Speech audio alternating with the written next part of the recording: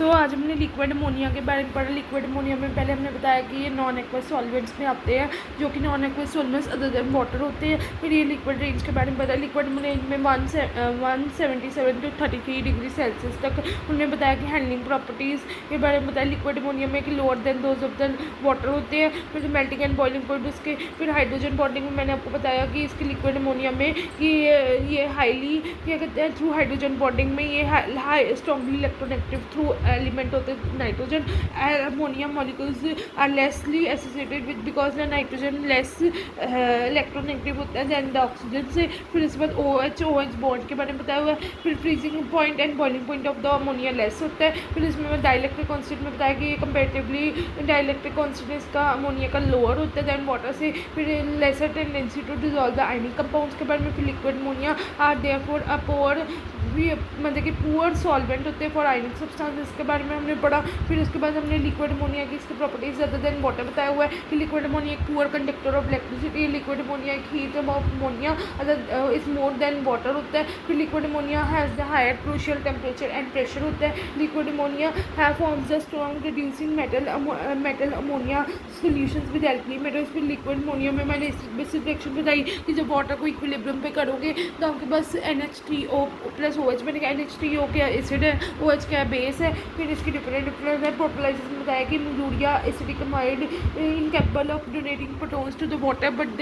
ये incapable of donating protons to the water but which can donate protons to the NH3 in the liquid ammonia के बारे में बताया हुआ है। फिर मैंने आपको प्रोटोलाइसिस की रिएक्शन करवाई। फिर मैंने आपको एसिड बेसिस की रिएक्शन एसिड बेसिस न्यूट्रलाइजेशन की रिएक्शन करवाई बेस और एसिड में। फिर मोनो एसिड्स में बताया मोनो एसिड्स में जिसमें फर्निश कर देते हैं मोनो अमाइनो एसिड्स में कि अमाइनो एसिड में सब्सटेंस एक NH4 जो इसमें फर्निश कर देते हैं लिक्विड अमोनिया को। फिर उसके बाद में उसकी रिएक्शंस करवाई। फिर रिएक्शंस ऑफ अमाइनो बेसिस में जिसमें वो लिक्विड अमोनिया में सोल्यूशन गिव्स NH2 आयन दे देता है। फिर उसकी रिएक्शन कराई। फिर कल हम करेंगे प्रेसिपिटेशन रिएक्शन। फिर मैंने आपको कम्प्लेक्स फॉर्मेशन रिएक्शन बताई। इसमें बताया गया है कि जब जिंक नाइट्रेट को आप पोटेशियम अमाइड के साथ करोगे तो इनसॉल्युबल जिंक अमाइड बनेगा जो कि डिजॉल्व होगा cess amount of the amide से फॉर्मेशन ऑफ कम्प्लेक्सेस बनाएगा। फिर रिडॉक्स रिएक्शन के बारे में बताया कि रिडॉक्स रिएक्शन में KHNO3 एक लिक्विड अमोनिया में does not act as oxidising agent वो होता है those who accept the electrons. फिर उसके बाद मैंने आपको बताया क्या कहते हैं KMNO4 में liquid ammonia very strong oxidising agent होता है। On the other hand reducing agent increase the reactivity बता रहे हैं। फिर उन्होंने कहा कि एल्कली मेटल में एक पावरफुल रिड्यूसिंग एजेंट है लिक्विड अमोनिया में। फिर उसकी रिएक्शन कर लेना। फिर सोल्यूशन इन लिक्विड अमोनिया में मैंने आपको बताया कि इसके डाइलेक्ट्रिक कांस्टेंट लो होता है poor solubility for the ionic substances.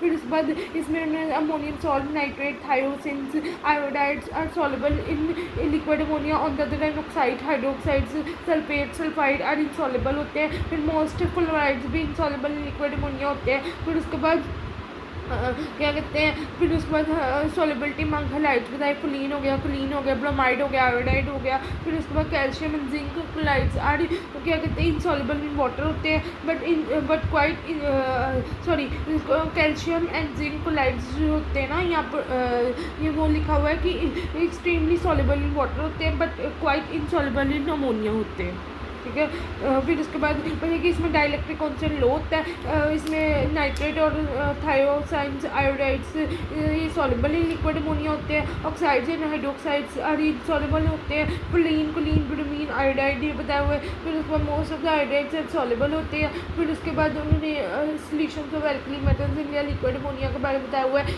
ये लिक्विड अमोनिया में alkali metals blue in colour होते हैं कलर ऑफ द इंडिपेंडेंट होते हैं। फिर कंसनट्रेशन जब इंक्रीज होती है तो कलर इसका चेंज होता है ब्रॉन्ज से शो मेटालिक अपीयरेंस दिखाते हैं। सॉल्यूशंस कंडक्टिंग सॉल्यूशंस क्या करते हैं conducting and showing reducing properties दिखाते हैं। पैरामैग्नेटिक होते हैं paramagnetic decreases with increasing concentrations. फिर ये लिक्विड अमोनिया में एल्कली मेटल्स में गिव आयंस देते हैं बैलेंस इलेक्ट्रॉन्स देते हैं।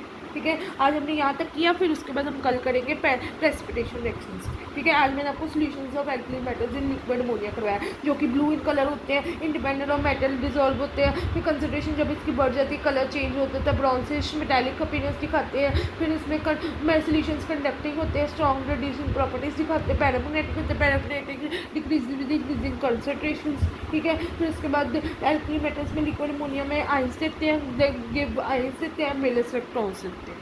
ठीक है। ठीक है। So please go through this video, like share subscribe my channel and please मेरी प्रीवियस वीडियो भी जाकर देखो, टुडेज़ वीडियोज़ भी देखो, सारी वीडियोज़ को लाइक शेयर सब्सक्राइब करो। अगर आपको मेरी वीडियो अच्छी लगती है, समझ आता है तो प्लीज़ कमेंट भी किया करो ताकि मुझे पता लगे कि आपको समझ आ रहा है। Please like share subscribe my channel and previous videos को भी जाकर देखो, लाइक करो सब्सक्राइब करो और टुडेज़ वीडियो को भी देखो।